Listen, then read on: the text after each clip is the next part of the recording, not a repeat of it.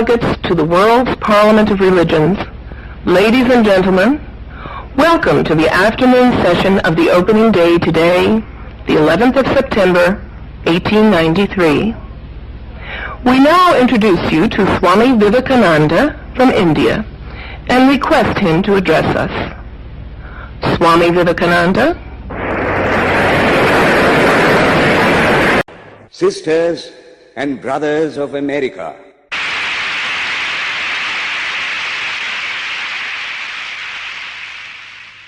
it fills my heart with joy unspeakable to rise in response to the warm and cordial welcome which you have given us. I thank you in the name of the most ancient order of monks in the world. I thank you in the name of the mother of religions, and I thank you in the name of the millions and millions of Hindu people of all classes and sects. My thanks also to some of the speakers on this platform who, referring to the delegates from the Orient, have told you that these men from far-off nations may well claim the honor of bearing to different lands the idea of toleration. I am proud to belong to a religion which has taught the world both tolerance and universal acceptance. We believe not only in universal toleration, but we accept all religions as true. I am proud to belong to a nation which has sheltered the persecuted and the refugees of all religions and all nations of the earth. I am proud to tell you that we have gathered in our bosom the purest remnant of the Israelites who came to southern India and took refuge with us in the very year in which their holy temple was shattered to pieces by Roman tyranny. I am proud to belong to the religion which has sheltered and is still fostering the remnant of the grand Zoroastrian nation. I will quote to you, brethren, a few lines from a hymn which I remember to have repeated from my earliest boyhood, which is every day repeated by millions of human beings. As the different streams, having their sources in different places, all mingle their water in the sea, so, O Lord, the different paths which men take through different tendencies, various though they appear, crooked or straight, all lead to Thee. The present convention, which is one of the most august assemblies ever held, is in itself a vindication, a declaration to the world of the wonderful doctrine preached in the Gita. Whosoever comes to me, through whatsoever form, I reach him. All men are struggling through paths which in the end lead to me. Sectarianism, bigotry, and its horrible descendant, fanaticism, have long possessed this beautiful earth. They have filled the earth with violence, drenched it often and often with human blood, destroyed civilization, and sent whole nations to despair. Had it not been for these horrible demons, human society would be far more advanced than it is now. But their time is come, and I fervently hope that the bell that tolled this morning in honor of this convention may be the death knell of all fanaticism, of all persecutions with the sword or with the pen, and of all uncharitable feelings between persons wending their way to the same goal.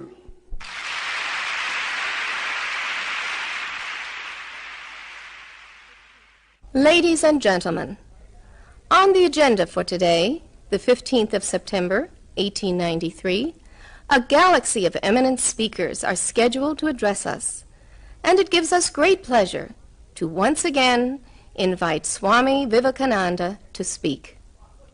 His subject for today, Why We Disagree. I will tell you a little story. You have heard the eloquent speaker who has just finished say, "Let us cease from abusing each other," and he was very sorry that there should be always so much variance. But I think I should tell you a story which would illustrate the cause of this variance. A frog lived in a well. It had lived there for a long time. It was born there and brought up there, and yet was a little small frog. Of course, the evolutionists were not there then to tell us whether the frog lost its eyes or not, but for our story's sake, we must take it for granted that it had its eyes, and that it every day cleansed the water of all the worms and bacilli that lived in it with an energy that would do credit to our modern bacteriologists. In this way, it went on and became a little sleek and fat. Well, one day, another frog that lived in the sea came and fell into the well. "Where are you from?" "I am from the sea." "The sea? How big is that? Is it as big as my well?" And he took a leap from one side of the well to the other. "My friend," said the frog of the sea, "how do you compare the sea with your little well?" Then the frog took another leap and asked, "Is your sea so big?" "What nonsense you speak, to compare the sea with your well." "Well then," said the frog of the well, "nothing can be bigger than my well. There can be nothing bigger than this. This fellow is a liar, so turn him out." That has been the difficulty all the while. I am a Hindu. I am sitting in my own little well and thinking that the whole world is my little well.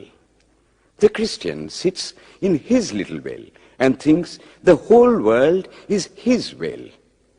The Mohammedan sits in his little well and thinks that is the whole world. I have to thank you of America for the great attempt you are making to break down the barriers of this little world of ours, and hope that in the future the Lord will help you to accomplish your purpose.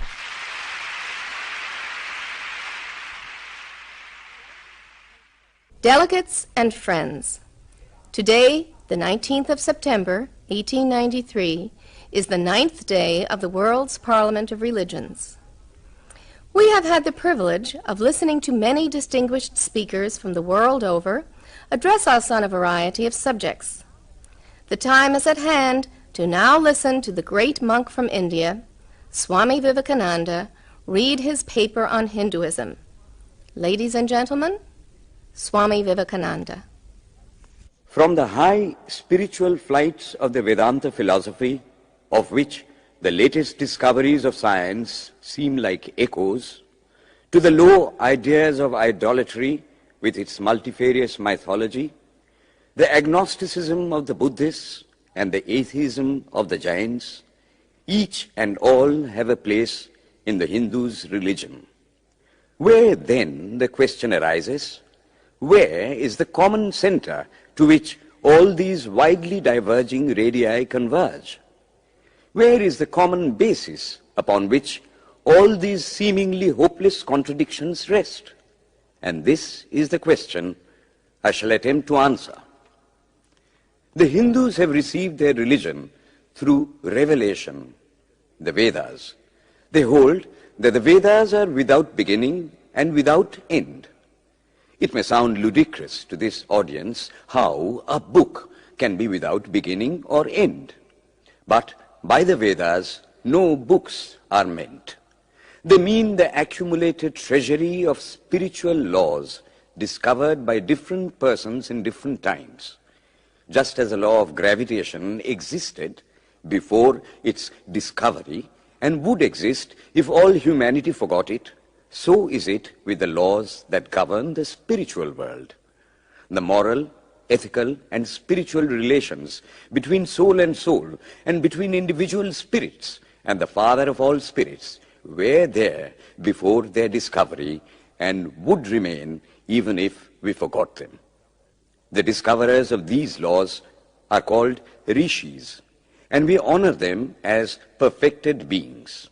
I'm glad to tell this audience that some of the very greatest of them were women. Here it may be said that these laws, as laws, may be without end, but they must have had a beginning. The Vedas teach us that creation is without beginning or end. Science is said to have proved that the sum total of cosmic energy is always the same. Then, if there was a time when nothing existed, where was all this manifested energy? Some say it was in a potential form in God. In that case, God is sometimes potential and sometimes kinetic, which would make him mutable. Everything mutable is a compound, and everything compound must undergo that change which is called destruction. So, God would die, which is absurd.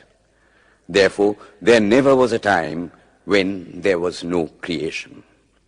If I may be allowed to use a simile, creation and creator are two lines without beginning and without end, running parallel to each other. God is the ever-active providence by whose power systems after systems are being evolved out of chaos, made to run for a time and again destroyed. This is what the Brahmin boy repeats every day. The sun and the moon the Lord created like the suns and moons of previous cycles. And this agrees with modern science. Here I stand, and if I shut my eyes and try to conceive my existence, I, what is the idea before me? The idea of a body. Am I then nothing but a combination of material substances? The Vedas declare, no. I am a spirit living in a body. I am not the body. The body will die, but I shall not die. Here am I in this body. It will fall, but I shall go on living. I had also a past. The soul was not created, for creation means a combination, which means a certain future dissolution. If then the soul was created, it must die. Some are born happy, enjoy perfect health with beautiful body, mental vigor, and all wants supplied. Others are born miserable. Some are without hands or feet. Others again are idiots and only drag on a wretched existence. Why, if they are all created, why does a just and merciful God create one happy and another unhappy? Why is he so partial? Nor would it mend matters in the least to hold that those who are miserable in this life will be happy in a future one. Why should a man be miserable even here in the reign of a just and merciful God? In the second place, the idea of a creator God does not explain the anomaly, but simply expresses the cruel fiat of an all-powerful being. There must have been causes then, before his birth, to make a man miserable or happy, and those were his past actions. Are not all the tendencies of the mind and the body accounted for by inherited aptitude? Here are two parallel lines of existence, one of the mind, the other of matter. If matter and its transformations answer for all that we have, there is no necessity for supposing the existence of a soul. But it cannot be proved that thought has been evolved out of matter.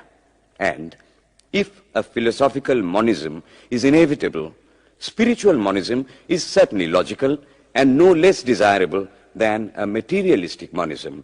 But neither of these is necessary here. We cannot deny that bodies acquire certain tendencies from heredity, but those tendencies only mean the physical configuration through which a peculiar mind alone can act in a peculiar way.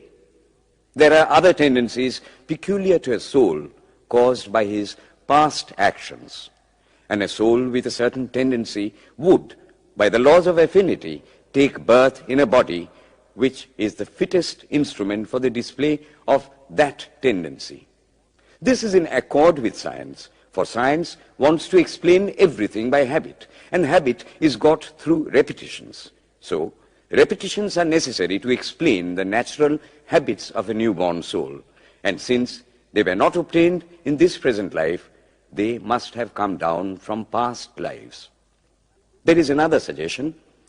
Taking all these for granted, how is it that I do not remember anything of my past life? This can be easily explained. I am now speaking in English. It is not my mother tongue. In fact, no words of my mother tongue are now present in my consciousness. But let me try to bring them up. And they rush in. That shows that consciousness is only the surface of the mental ocean, and within its depths are stored up all our experiences. Try and struggle. They would come up, and you would be conscious even of your past life. This is direct and demonstrative evidence. Verification is the perfect proof of a theory, and here is the challenge thrown to the world by the rishis. We have discovered the secret by which the very depths of the ocean of memory can be stirred up. Try it, and you would get a complete reminiscence of your past life. So then, the Hindu believes that he is a spirit. Him the sword cannot pierce, him the fire cannot burn, him the water cannot melt, him the air cannot dry. He is nowhere, but whose center is located in the body, and that death means the change of the center from body to body. Nor is the soul bound by the conditions of matter. In its very essence, it is free, unbounded, holy, pure, and perfect. But somehow or other, it finds itself tied down to matter and thinks of itself as matter. Why should the free, perfect, and pure being be thus under the thraldom of matter is the next question. How can the perfect soul be deluded into the belief that it is imperfect? We have been told that the Hindus shirk the question and say that no such question can be there. Some thinkers want to answer it by positing one or more quasi-perfect beings and use big scientific names to fill up the gap. But naming is not explaining. The question remains the same. How can the perfect become the quasi-perfect? How can the pure, the absolute, change even a microscopic particle of its nature? But the Hindu is sincere. He does not want to take shelter under sophistry. He is brave enough to face the question in a manly fashion, and his answer is, I do not know. I do not know how the perfect being, the soul, came to think of itself as imperfect, as joined to and conditioned by matter. But the fact is a fact for all that. It is a fact in everybody's consciousness that one thinks of oneself as the body. The Hindu does not attempt to explain why one thinks one is the body. The answer, that it is the will of God, is no explanation. This is nothing more than what the Hindu says, I do not know. Well then, the human soul is eternal and immortal, perfect and infinite, and death means only a change of center from one body to another.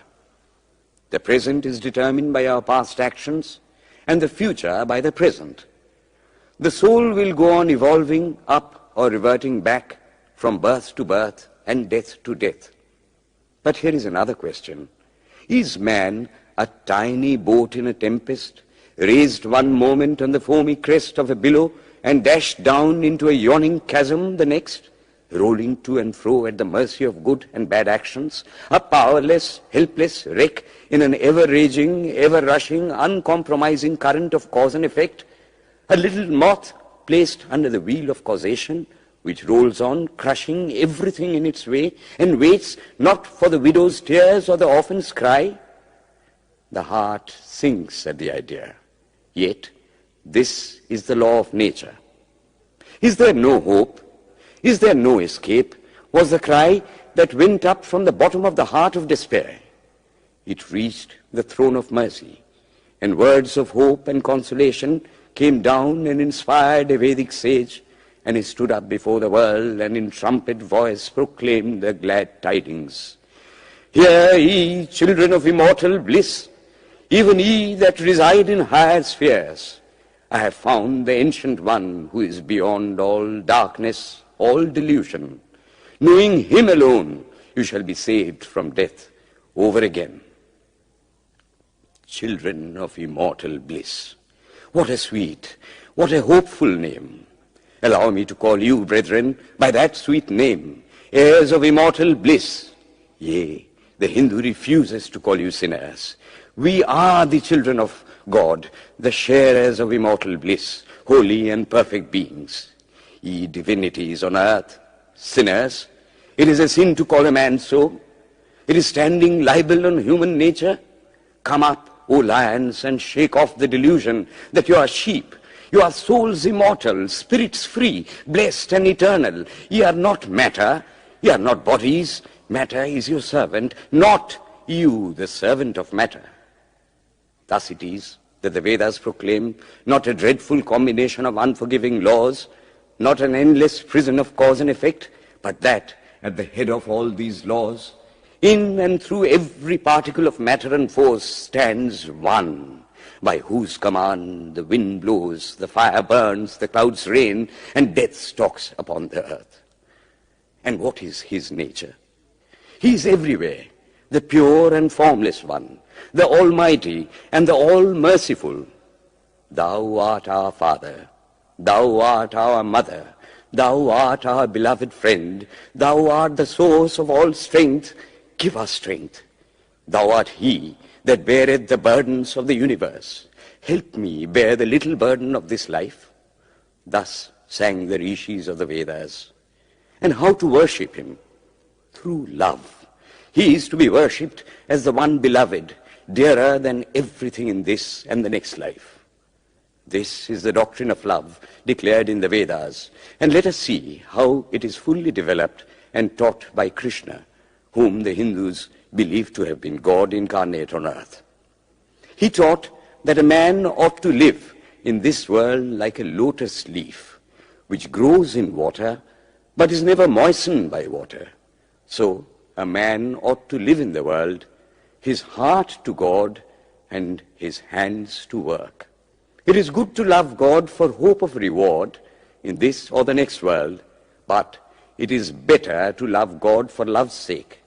And the prayer goes, Lord, I do not want wealth, nor children, nor learning. If it be thy will, I shall go from birth to birth. But grant me this, that I may love thee without the hope of reward. Love unselfishly for love's sake. One of the disciples of Krishna, the then Emperor of India, was driven from his kingdom by his enemies and had to take shelter with his queen in a forest in the Himalayas. And there, one day, the queen asked him how it was that he, the most virtuous of men, should suffer so much misery.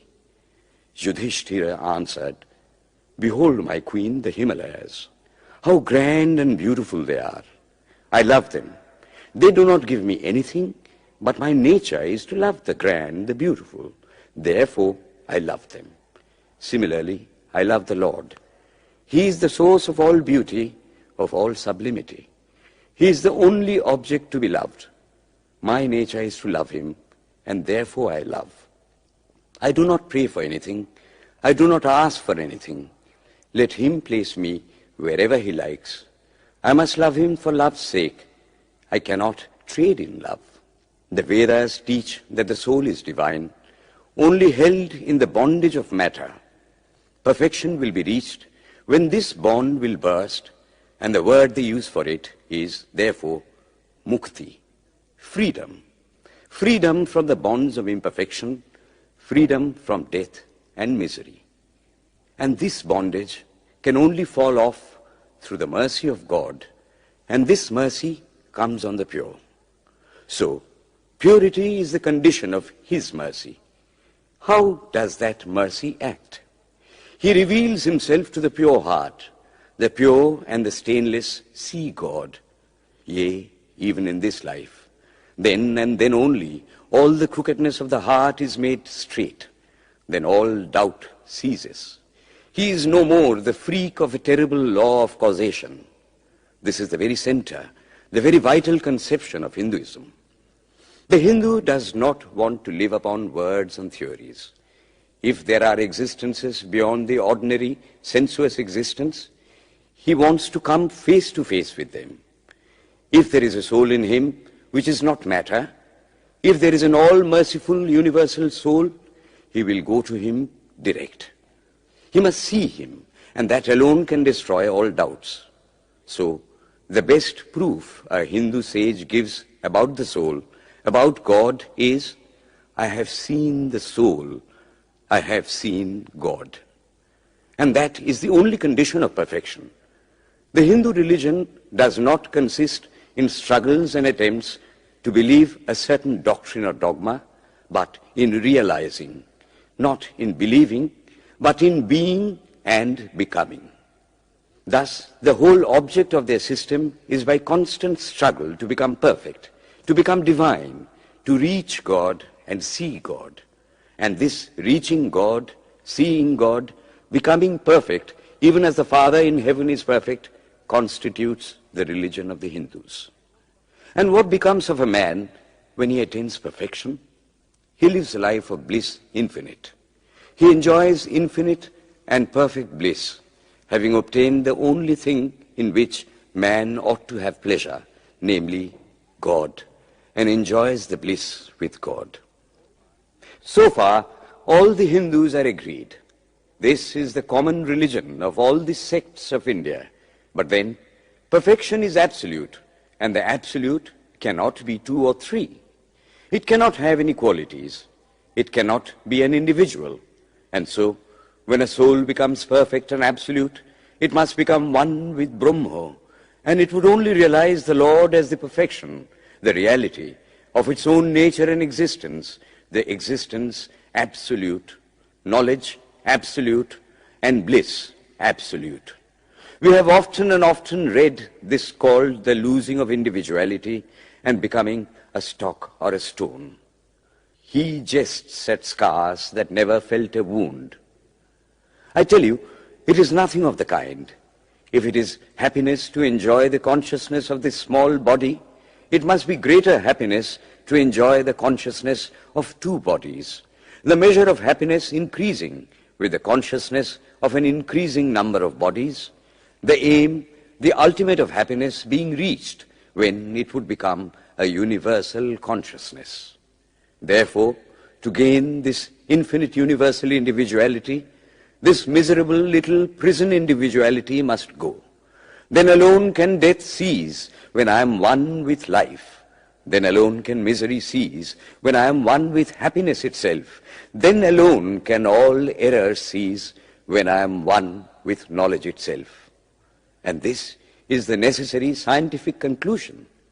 Science has proved to me that physical individuality is a delusion, that really my body is one little continuously changing body in an unbroken ocean of matter, and Advaita, or unity, is the necessary conclusion with my other counterpart, soul.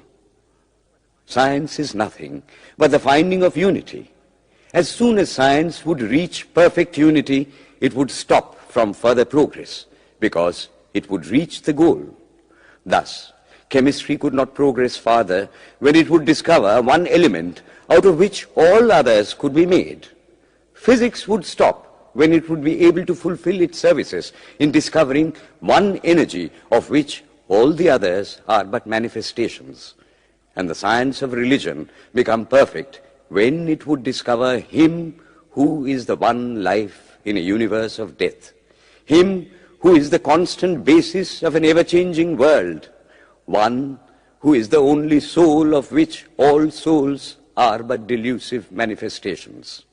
Thus is it, through multiplicity and duality, that the ultimate unity is reached. Religion can go no farther. This is the goal of all science. All science is bound to come to this conclusion in the long run. Manifestation and not creation is the word of science today. And the Hindu is only glad that what he has been cherishing in his bosom for ages is going to be taught in more forcible language and with further light from the latest conclusions of science. Descend we now from the aspirations of philosophy to the religion of the ignorant. At the very outset, I may tell you that there is no polytheism in India. In every temple, if one stands by and listens, one will find the worshippers applying all the attributes of God, including omnipresence, to the images. It is not polytheism, nor would the name henotheism explain the situation. The rose, called by any other name, would smell as sweet. Names are not explanations. The tree is known by its fruits. When I have seen amongst them that are called idolaters, Men, the like of whom, in morality and spirituality and love, I have never seen anywhere, I stop and ask myself, can sin beget holiness? Superstition is a great enemy of man, but bigotry is worse. Why does a Christian go to church? Why is the cross holy? Why is the face turned toward the sky in prayer? Why are there so many images in the Catholic Church? Why are there so many images in the minds of Protestants when they pray? My brethren, we can no more think about anything without a mental image than we can live without breathing. By the law of association, the material image calls up the mental idea and vice versa. This is why the Hindu uses an external symbol when he worships. He will tell you it helps to keep his mind fixed on the being to whom he prays. He knows, as well as you do, that the image is not God, is not omnipresent. After all, how much does omnipresence mean to almost the whole world? It stands merely as a word, a symbol. Has God superficial area? If not, when we repeat that word omnipresent, we think of the extended sky or of space. That is all. As we find that somehow or other, by the laws of our mental constitution, we have to associate our ideas of infinity with the image of the blue sky or of the sea, so we naturally connect our idea of holiness with the image of a church, a mosque, or a cross. The Hindus have associated the ideas of holiness, purity, truth, omnipresence, and such other ideas with different images and forms. But with this difference, that while some people devote their whole lives to their idol of a church and never rise higher, because with them religion means an intellectual assent to certain doctrines and doing good to their fellows, the whole religion of the Hindu is centered in realization. Man is to become divine by realizing the divine. Idols or temples or churches or books are only the supports, the helps of his spiritual childhood, but on and on he must progress. He must not stop anywhere. External worship, material worship, say the scriptures, is the lowest stage. Struggling to rise high, mental prayer is the next stage. But the highest stage is when the Lord has been realized. Mark, the same earnest man who is kneeling before the idol tells you, him the sun cannot express, nor the moon, nor the stars, the lightning cannot express him, nor what we speak of as fire. Through him they shine. But he does not abuse anyone's idol or call its worship sin. He recognizes in it a necessary stage of life. The child is father of the man. Would it be right for an old man to say that childhood is a sin or youth is a sin? If a man can realize his divine nature with the help of an image, would it be right to call that a sin? Nor, even when he has passed that stage, should he call it an error. To the Hindu, man is not traveling from error to truth, but from truth to truth, from lower to higher truth. To him, all the religions, from the lowest fetishism to the highest absolutism, mean so many attempts of the human soul to grasp and realize the infinite, each determined by the conditions of its birth and association, and each of these marks a stage of progress. And every soul is a young eagle soaring higher and higher, gathering more and more strength till it reaches the glorious sun. Unity in variety is the plan of nature, and the Hindu has recognized it. Every other religion lays down certain fixed dogmas and tries to force society to adopt them. It places before society only one coat which must fit Jack and John and Henry all alike. If it does not fit John or Henry, he must go without a coat to cover his body. The Hindus have discovered that the absolute can only be realized or thought of or stated through the relative, and the images, crosses and crescents are simply so many symbols, so many pegs to hang spiritual ideas on. It is not that this help is necessary for everyone, but those that do not need it have no right to say that it is wrong, nor is it compulsory in Hinduism. One thing I must tell you, idolatry in India does not mean anything horrible. It is not the mother of harlots. On the other hand, it is the attempt of undeveloped minds to grasp high spiritual truths. The Hindus have their faults, they sometimes have their exceptions, but mark this, they are always for punishing their own bodies and never for cutting the throats of their neighbors. If the Hindu fanatic burns himself on the pyre, he never lights the fire of inquisition. And even this cannot be laid at the door of his religion any more than the burning of witches can be laid at the door of Christianity. To the Hindu, then, the whole world of religions is only a traveling, a coming up of different men and women through various conditions and circumstances to the same goal. Every religion is only evolving a God out of the material man, and the same God is the inspirer of all of them. Why then are there so many contradictions? They are only apparent, says the Hindu. The contradictions come from the same truth adapting itself to the varying circumstances of different natures. It is the same light coming through glasses of different colors, and these little variations are necessary for purposes of adaptation. But in the heart of everything, the same truth reigns. The Lord has declared to the Hindu in his incarnation as Krishna, I am in every religion as a thread through a string of pearls. Wherever thou seest extraordinary holiness and extraordinary power raising and purifying humanity, know thou that I am there. And what has been the result? I challenge the world to find throughout the whole system of Sanskrit philosophy any such expression as that the Hindu alone will be saved and not others. Says Vyasa, we find perfect men even beyond the pale of our caste and creed. One thing more, how then can the Hindu, whose whole fabric of thought centers in God, believe in Buddhism, which is agnostic, or in Jainism, which is atheistic? The Buddhists or the Jains do not depend upon God, but the whole force of their religion is directed to the great central truth in every religion, to evolve a God out of man.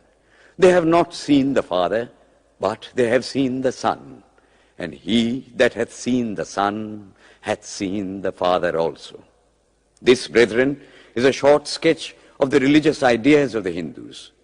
The Hindu may have failed to carry out all his plans, but if there is ever to be a universal religion, it must be one which will have no location in place or time, which will be infinite like the God it will preach, and whose sun will shine upon the followers of Krishna and of Christ, on saints and sinners alike, which will not be Brahminic or Buddhistic, Christian or Mohammedan, but the sum total of all these, and still have infinite space for development, which in its Catholicity will embrace in infinite arms and find a place for every human being from the lowest groveling savage, not far removed from the brute, to the highest man towering by the virtues of his head and heart almost above humanity, making society stand in awe of him and doubt his human nature. It will be a religion which will have no place for persecution or intolerance in its polity, which will recognize divinity in every man and woman, and whose whole scope, whose whole force will be centered in aiding humanity to realize its own true divine nature. May he, who is the Brahma of the Hindus, the Ahura Mazda of the Zoroastrians, the Buddha of the Buddhists, the Jehovah of the Jews, the Father in heaven of the Christians, give strength to you to carry out your noble idea. The star arose in the east. It traveled steadily towards the west, sometimes dimmed and sometimes effulgent, till it made a circuit of the world. And now it is again rising on the very horizon of the east, the borders of the sun pole, 1,000-fold more effulgent than it ever was before.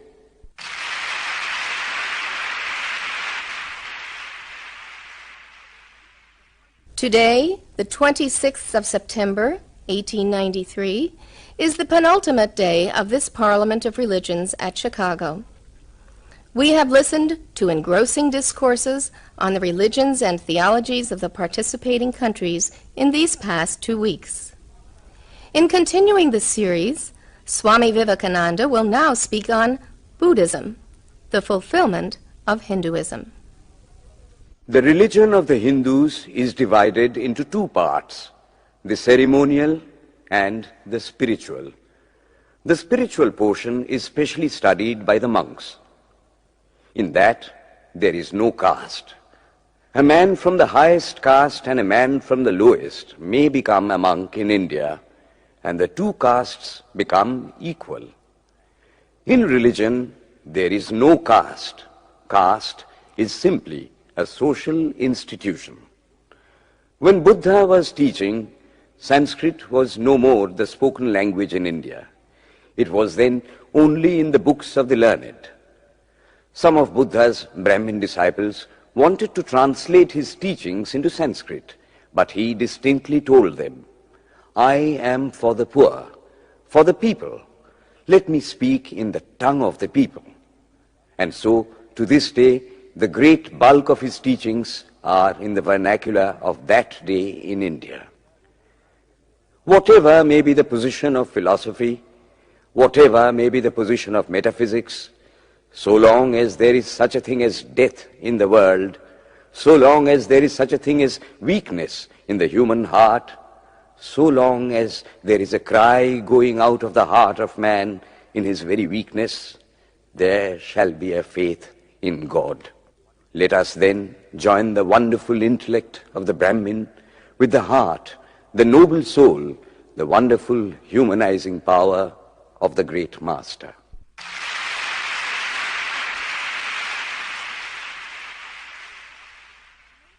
Ladies and gentlemen, in a short while from now, the World's Parliament of Religions at Chicago will come to a close. And this day, the 27th of September, 1893, will go down in history as a landmark for more reasons than one. It is in the fitness of things that we now call upon Swami Vivekananda from India to address this final session. The world's Parliament of Religions has become an accomplished fact, and the merciful Father has helped those who labored to bring it into existence and crowned with success their most unselfish labor. My thanks to those noble souls whose large hearts and love of truth first dreamt this wonderful dream and then realized it. My thanks to the shower of liberal sentiments that has overflowed this platform. My thanks to this enlightened audience for their uniform kindness to me and for their appreciation of every thought that tends to smooth the friction of religions.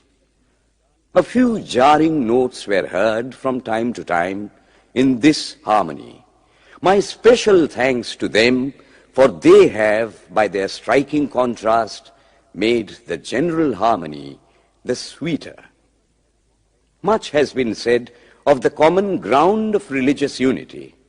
I am not going just now to venture my own theory, but if anyone here hopes that this unity will come by the triumph of any one of the religions and the destruction of the others, to him I say, brother, yours is an impossible hope. Do I wish that the Christian would become Hindu? God forbid. Do I wish that the Hindu or Buddhist would become Christian? God forbid. The seed is put in the ground, and earth and air and water are placed around it. Does the seed become the earth or the air or the water? No. It becomes a plant. It develops after the law of its own growth, assimilates the air, the earth, and the water, converts them into plant substance, and grows into a plant. Similar is the case with religion.